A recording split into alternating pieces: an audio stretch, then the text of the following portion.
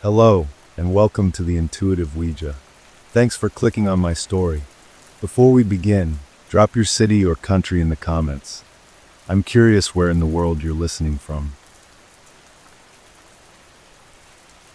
The last balloon, a shriveled red tear of latex, sighed its last breath against the ceiling as the final car door slammed shut in the driveway.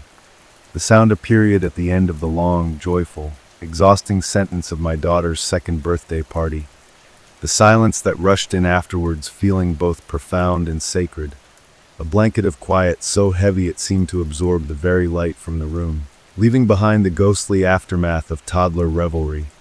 A landscape of crumpled wrapping paper, like colorful geological strata, a half-eaten cake with its sugary citadel crumbling and besieged by tiny plastic dinosaurs, a confetti of goldfish crackers ground into the rug, the faint, sweet-sour smell of apple juice and baby sweat hanging in the air, a scent that was the very essence of childhood itself.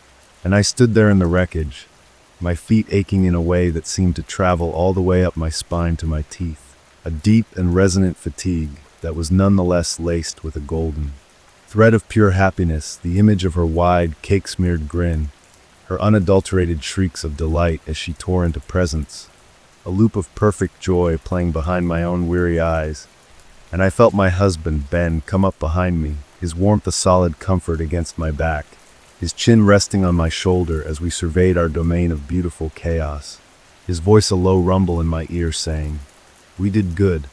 And I leaned into him, feeling the truth of it in my bones, this shared accomplishment of creating a perfect day for our perfect girl, who is now, mercifully, asleep in her crib, dreams no doubt filled with new stuffed animals and the echoes of happy birthday. And we moved then in the unspoken, synchronized dance of parents cleaning up, a slow, tired waltz of gathering trash, stacking presents in the corner to be properly admired tomorrow, wiping sticky smears off every conceivable surface, my fingers brushing against a forgotten party favor bag, a small cellophane pouch of colorful cookies printed with cartoon lions that we'd handed out to the little guests, and my thumb, almost absently, stroked the crinkly surface, my eyes scanning the bright graphics without really seeing them, my brain too saturated with fatigue to process anything beyond the simple task of pick up, put away. But some deep, reptilian part of my mind, the part that never sleeps, the part constantly on patrol for threats to my cub, must have registered the tiny, black letters printed in a sterile font along the bottom seam. May contain traces of peanut, because my finger did pause there for a half second, a microscopic hesitation against the warning, a blip on the radar of my consciousness that was immediately overwritten by the more pressing need to find the lid for the juice box and to wipe the purple frosting off the remote control. The information filed away in some dusty, forgotten cerebral cabinet, a seed planted in the deepest, darkest loam of my subconscious, and after the worst of the mess was tamed into a semblance of order, the two of us collapsed onto the couch, a bottle of wine materializing in Ben's hand as if by magic, 2 glasses poured, the deep red liquid a stark contrast to the pastel brightness of the day, and we clinked glasses in a silent toast to survival, to our daughter, to us, and the quiet of the house felt like a third presence with us, a comfortable, familiar ghost. And it was in that hazy, post-adrenaline, wine-softened state that Ben's eyes drifted to the top shelf of the bookcase, to the oblong box tucked away behind a photo album, and he grinned, a mischievous, boyish glint in his eye that I hadn't seen since before the all-consuming whirlwind of parenthood began. And he said, "You think the spirits are tired?" And I laughed, a real, genuine laugh that felt good after a day of performed parental enthusiasm. And I said, "I think the only spirit I'm interested in is in this glass." But he was already up, retrieving the box, blowing a fine layer of dust off its lid, revealing the word Ouija in its classic, haunting script, a relic from our college days, a thing we'd used at parties for cheap thrills and flirty hand-touching, a toy, nothing more. And he placed it on the coffee table, pushing aside a stray plastic teacup to make room. And he said, "Come on, for old time's sake, let's see if any ghosts showed up for cake." And I rolled my eyes, but I was already shifting closer, the wine making me pliant, nostalgic. For a time when our biggest concern was a midterm exam, not the complex calculus of nap schedules and pediatrician appointments, and we placed our fingers on the plastic planchette, its heart-shaped window cool and smooth under my fingertips, our knees touching. The house so quiet I could hear the hum of the refrigerator from the kitchen, a sound that usually faded into nothingness but now seemed as loud as a generator. And we started with the silly questions, the ones you're supposed to ask. Our voices hushed and giggly like teenagers telling secrets. Is anyone there? A slight, almost imperceptible shift under our fingers. A movement that could have been the natural tremor of muscle fatigue. The planchette sliding to yes, with a soft scrape against the board, and we giggled. What's your name? A lazy, meandering journey across the letters that spelled out B.O.B. And we snorted, because of course it was Bob, and Ben asked if Bob enjoyed the cake, and the planchette slid to an O. And I said, well, Bob has no taste.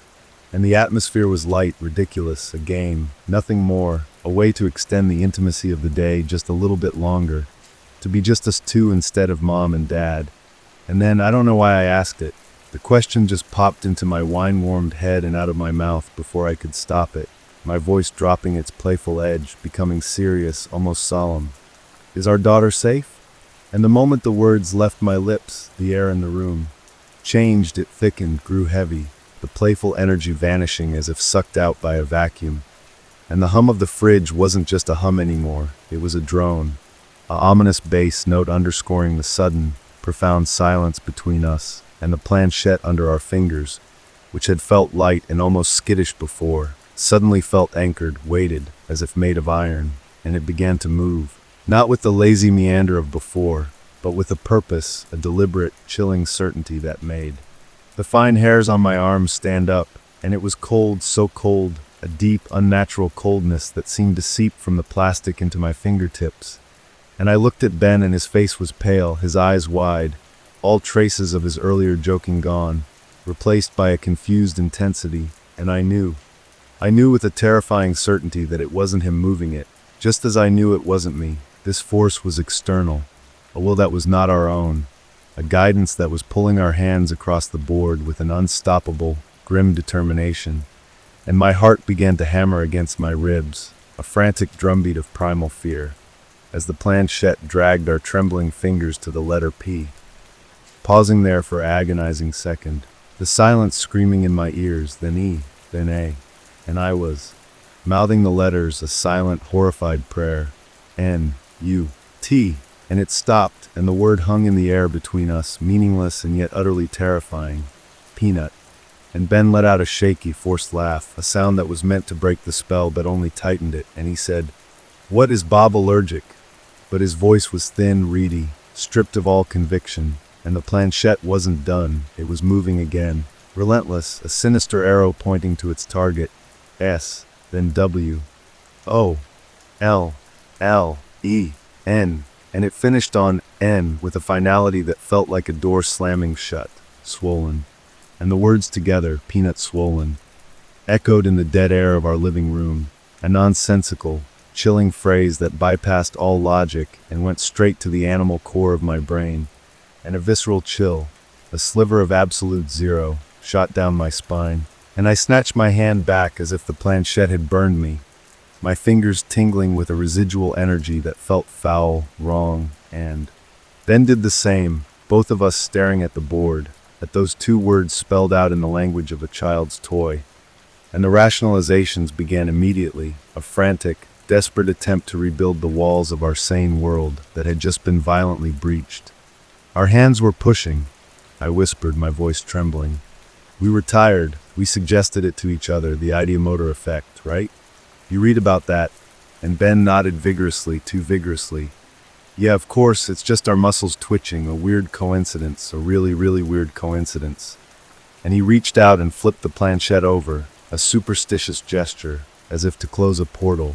And we both laughed then, a brittle, nervous sound that didn't reach our eyes, and we quickly put the board away, shoving it back onto its high shelf, banishing it.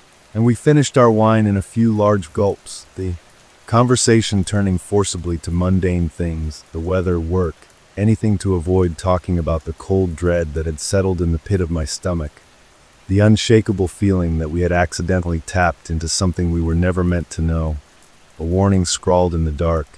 And we went to bed, and I checked on our daughter, her chest rising and falling in the peaceful rhythm of sleep, her perfect face serene in the glow of the nightlight, and I kissed her forehead, trying to erase the image of the word swollen from my mind, and I told myself it was nothing, just a game, a trick of the mind, and eventually sleep claimed me, pulling me down into a restless sea of dreams filled with shifting letters and a cold, plastic heart.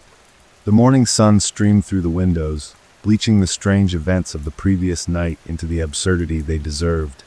The Ouija board incident shrinking in the bright, cheerful light of day, becoming a funny story we'd tell friends someday, a weird footnote to a wonderful birthday, and the memory of that creeping dread felt distant and silly, a phantom fear conjured by wine and weariness, and the world was back to its normal, predictable self, filled with the glorious, mundane music of our daughter's laughter as she sat in her high chair, banging a spoon on the tray, her face still lit from within by the afterglow of her big day.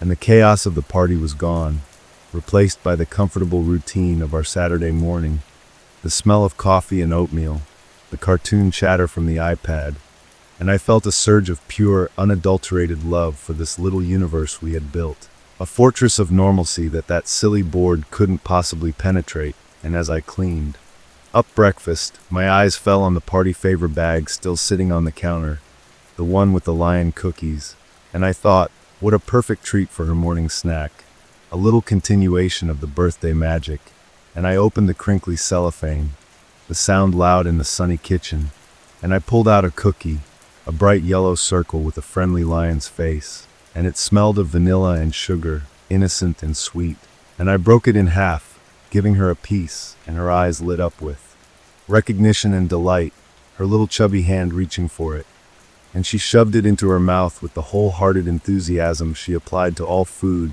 making happy, humming sounds as she gummed it, crumbs collecting in the corners of her lips, and I smiled, wiping her face with my thumb, thinking nothing of it, absolutely nothing, just a mother enjoying her happy, healthy child, and I turned to put the coffee mug in the sink, and when I turned back, maybe a minute later, I saw it, a single, small, raised red bump on her cheek, just beside her nose, and I frowned, leaning closer, thinking a mosquito must have gotten in, or maybe she'd scratched herself with a crumbly nail, and I brushed my finger over it, and as I did, another one appeared on her chin, then two more on her neck, like terrible magic, popping up in a swift, silent invasion, and her happy humming stopped, replaced by a faint, confused whimper, and her little hand came up to scratch at her neck, and her breathing, moment ago so easy and quiet, now had a faint, raspy edge to it, a tiny, almost musical whistle on the inhale that froze the blood in my veins, and I said,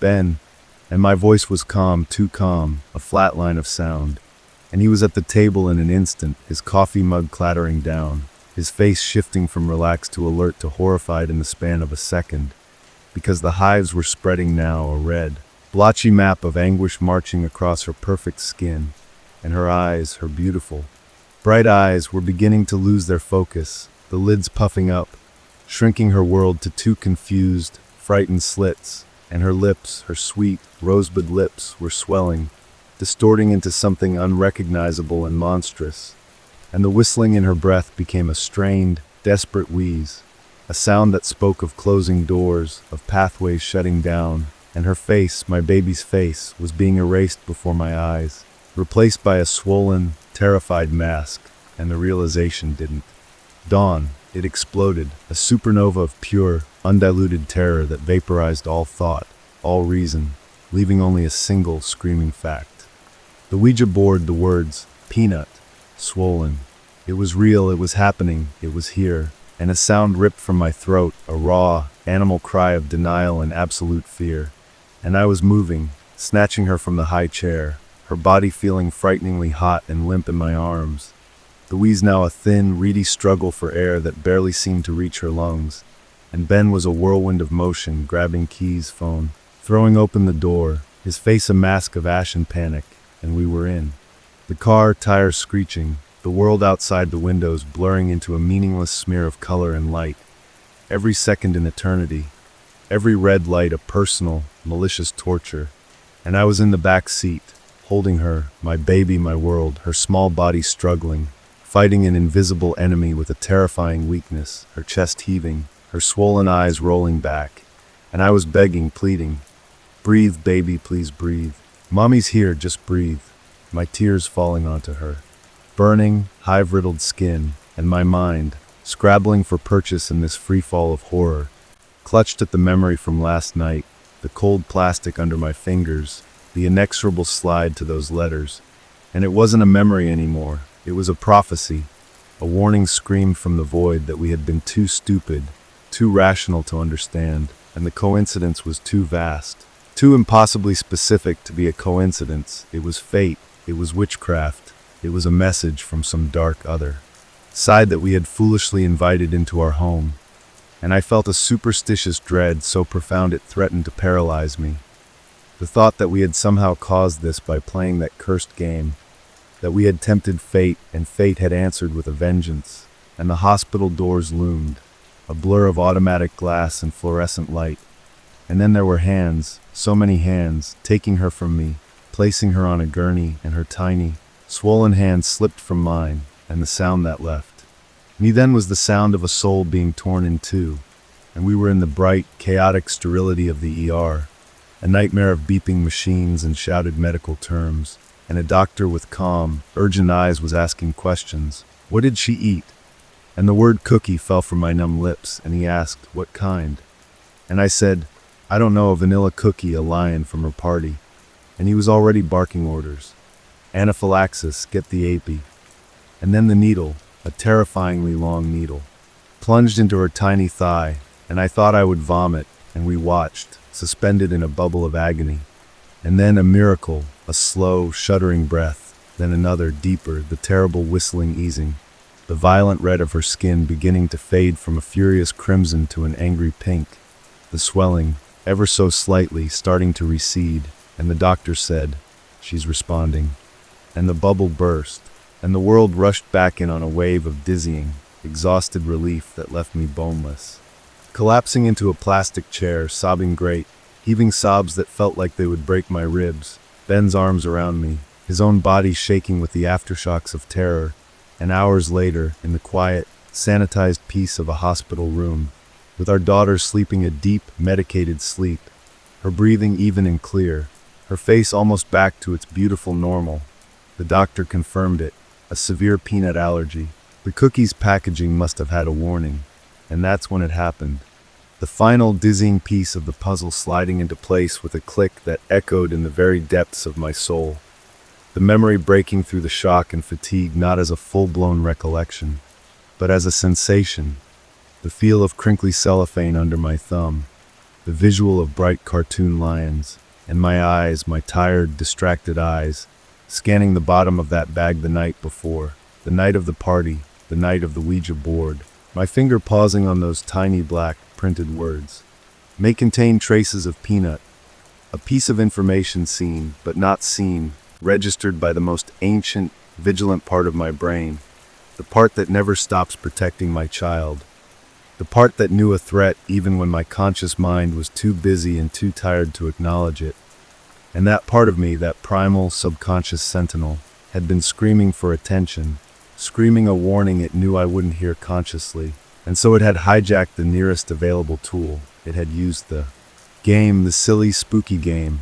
It had used the ideomotor effect not as a parlor trick, but as a telegraph, tapping out a desperate, coded message from the depths of my own mind, using my own fingers, my own muscles, to spell out the danger in the only way it could. And the chill that ran through me then was deeper than any supernatural fear, more profound than any ghost story, because the message hadn't come from beyond the grave. It had come from within me, from the hidden, labyrinthine vault of my own subconscious, a part of myself so wise and so terrified that it had to disguise its urgent warning as a phantom's whisper. And the Ouija board hadn't been a portal to another world. It had been a mirror, reflecting back a truth I already knew but refused to see. And the most thrilling, the most terrifying haunting of all was not in my house, but in the uncharted, silent universe inside my own head. A place where knowledge could hide until it chose to speak through a plastic heart on a piece of cardboard, a warning from the deepest, most protective part of my own soul that I had failed to understand until it was almost too late. The silence of the hospital room was a different creature than the one from the night before. This one was heavy with the scent of antiseptic and the soft, rhythmic beeping of the heart monitor that was both a comfort and a chainsaw to my nerves. Each beep a confirmation she was alive and a screaming reminder of how close we had come to losing that sound forever. And I sat there in the ugly, padded chair, my body a hollowed-out shell, every nerve ending scorched and raw from the adrenaline burn. My hand holding hers, her small, cool fingers so fragile in my grasp, the 4 taped to the back of it a terrible violation of her perfect skin.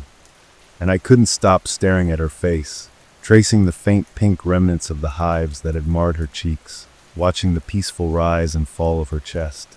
Emotion I had taken for granted 1,000 times a day, and would now never again be able to witness without a phantom echo of that terrifying wheeze ghosting over the sound. And Ben was asleep in the chair next to me, his head thrown back at an uncomfortable angle, his face etched with a fatigue that went deeper than bone, and in this suspended state of exhaustion and relief, my mind began to circle the event, not the allergic reaction itself, which was a medical horror I could now file away with a plan of action. EpiPens to be carried always, strict dietary vigilance, a new normal to be built. But the other part, the impossible, chilling prelude, the Ouija board, those letters spelled out with a cold, deliberate certainty that had felt so external, so other, and the realization that had struck me in the doctor's presence now unfolded in my quiet mind with the terrifying elegance of a poisonous flower, each petal revealing a deeper, more unsettling truth. Because if it was my own subconscious, that meant the movement, that cold, guided pull, had originated from within me, my own muscles, my own nerves, acting on a command from a part of my brain that operated in the shadows, a silent partner in my own consciousness, and the thought was so vertiginous it made me grip the chair arms, the idea that I contained a separate self, a watchful, knowing entity that could observe and process and know things that I, the conscious I, the one piloting this body through the day, remained utterly blind to, and that this hidden self could, under the right conditions, seize control, could move my body to send a message, could use a child's toy as a Ouija board in the truest sense. A yes, a way to say what it knew, and the question that haunted me then was it a ghost? But what am I? Because the borders of my own mind suddenly seemed vast and uncharted and filled with dark, intelligent corners, and I replayed the moment, the feel of the planchette, the initial silly meandering that felt like us, our shared laughter, our combined slight pressure, and then the shift, the sudden drop in temperature that I'd felt in my fingertips, the anchoring weight, the purposeful, grim slide, and I had been so sure it was an external force, a presence in the room with us. But now I knew that cold was the chill of my own deepest fear made manifest. The weight was the gravity of knowledge I didn't know I possessed, and the guidance was my own primal instinct trying desperately to bypass my conscious denial and scream the truth into the world. And the irony was so profound it was like a physical taste of metal in my mouth. The fact that we had been trying to contact some external spirit for a cheap thrill while the real, the truly awe-inspiring and terrifying intelligence was right there inside my own skull, communicating in the only way it could. And I had dismissed it. We had both dismissed it with our rational explanations, our nervous laughter, our desperate need to believe in a sane, predictable world where games are just games and parents protect their children from known threats. And the guilt that came with that was a new layer of anguish. The thought that if I had been more in tune with myself, if I had listened to that gut feeling, that nagging unease instead of shoving it down with logic, I could have prevented the entire nightmare. I could have seen the label, truly seen it, and thrown those cookies away without a second thought. And she would never have had to go through that trauma. Her small body never would have known that kind of terror and pain. And that guilt was a sharper, more precise torture than any supernatural fear could ever be. Because it was real, it was mine, and it was rooted in a failure of my own self, a fracture between the part of me that knew and the part of me that lived. and I looked at Ben sleeping, and I wondered if his subconscious had played any part or if it had been all me. My eyes that had seen the label. My hidden mind that had sounded the alarm using our joined hands as its instrument. And would I tell him? Would I voice this insane, psychological thriller that was now unfolding silently within me? He would want to believe it was a ghost, a premonition, something outside of us, because that was a simpler, less invasive horror. A story you could tell at a dinner party once the scars had faded. But this truth, this realization that the oracle was in the room with us, that it was me, was a solitude I wasn't sure I could share, a burden that felt meant for my shoulders alone. Because how do you tell the person you love most that you harbor a secret self that knows things you don't, and that it tried to warn you through a board game, and that you were too stupid to listen? The sun began to rise, painting the sterile hospital room in weak, pinkish gold light, and with the dawn came the practicalities, the doctors returning for rounds, the discharge papers, the careful instructions on how to use the EpiPen, the prescription for antihistamines, the stern warnings about reading every label, every time, no exceptions, and we nodded, our faces grave with the weight of this new responsibility, this new sword of Damocles that would hang over every meal, every snack, every treat offered by a well-meaning friend. And we took her home, the car ride silent and tense, every cough or sniffle from the back seat making us both jerk in our seats, our nerves stretched wire-tight, and our house, which had felt so warm and safe the morning before, now felt like a place where unseen threats lurked in every packaged food item, a landscape of potential danger, and the Ouija board was still on the high shelf, and I couldn't look at it. Its very presence felt accusatory, a monument to my own ignorance, and in the days that followed, the memory of that night didn't fade. It calcified. It became a core part of my new reality, not as a spooky story, but as a terrifying lesson in the architecture of my own mind. And I found myself constantly listening inward, trying to hear that silent voice, trying to be aware of the subliminal information my brain was undoubtedly still collecting and processing, the hidden self that saw the world in patterns and threats that my conscious mind was too busy to notice. And I became hypervigilant, not just about peanuts, but about everything, reading labels with a fanatical intensity, scanning rooms for potential hazards with a new, paranoid energy, afraid that I would miss another signal, another warning from the depths of myself, because I knew now that the warnings would come not as clear thoughts, but as feelings, hunches, perhaps a bad dream, a sudden inexplicable sense of dread, and I had to learn to trust that too. Trust the part of me that had tried to save her, the part that was, in its own terrifying way, wiser than I could ever hope to be. And sometimes, in the dead of night, I would lie awake and feel the vast, dark ocean of my own subconscious stretching out beneath me. And I would wonder what else was down there, what other knowledge, what other fears, what other truths were hidden in those depths, waiting for their moment, waiting for a tool, a game, a crack in my attention to send their message through. And the thought was utterly thrilling and utterly chilling, a paradox that lived in my chest. That the most profound connection I had wasn't to any spirit world, but to the unknown world within myself, a world that had once spoken so clearly, so desperately, and that I promised, with every fiber of my being, I would never, ever ignore again.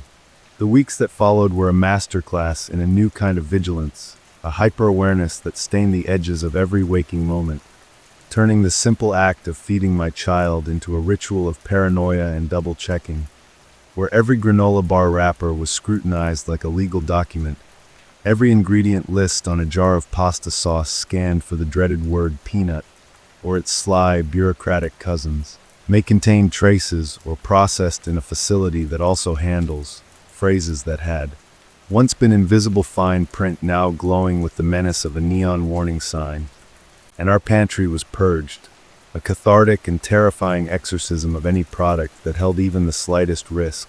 The trash bags filled with innocent-looking crackers, cereals, and cookies that had suddenly become potential weapons. Their banishment a necessary act of protection that made our kitchen feel both safer and strangely barren. A fortress built on fear, and I carried the EpiPens everywhere, 2 of them, a twin set of life-saving missiles in a leather pouch that became a permanent appendage to my body, their weight a constant, grim reminder of the precipice we now lived on. And I found my eyes constantly tracking my daughter, not just with a mother's love, but with a medic's cold assessment, scanning for the slightest flush on her skin, the faintest hint of a sniffle that sounded more like a wheeze. My ears perpetually tuned to the frequency of her breathing, a habit that pulled me from sleep a dozen times a night to stand over her crib, my own breath held until I could confirm the steady, beautiful rise and fall of her chest. And this constant state of alarm was exhausting, a low-grade fever of anxiety that left me feeling hollowed out and brittle. And through it all, the memory of the Ouija board was the ghost in the machine of my new reality. Not a specter from beyond, but a phantom from within. Its message echoing in the quiet moments, the words "peanut swollen," now etched onto my soul, not as a prophecy, but as a receipt, a proof of purchase from my own subconscious.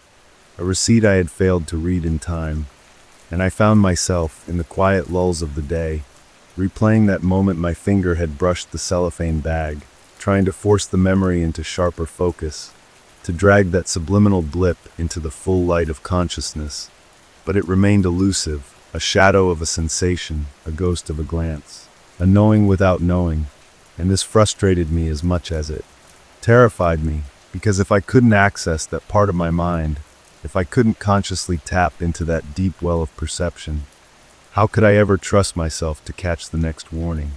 The thought that there was a smarter, faster, more observant version of me locked inside my own head, a silent guardian that could only communicate through parlor games and gut feelings, was a maddening paradox, and I began a strange, silent campaign to court it, to listen for its voice, to try and bridge the chasm between my conscious and subconscious selves.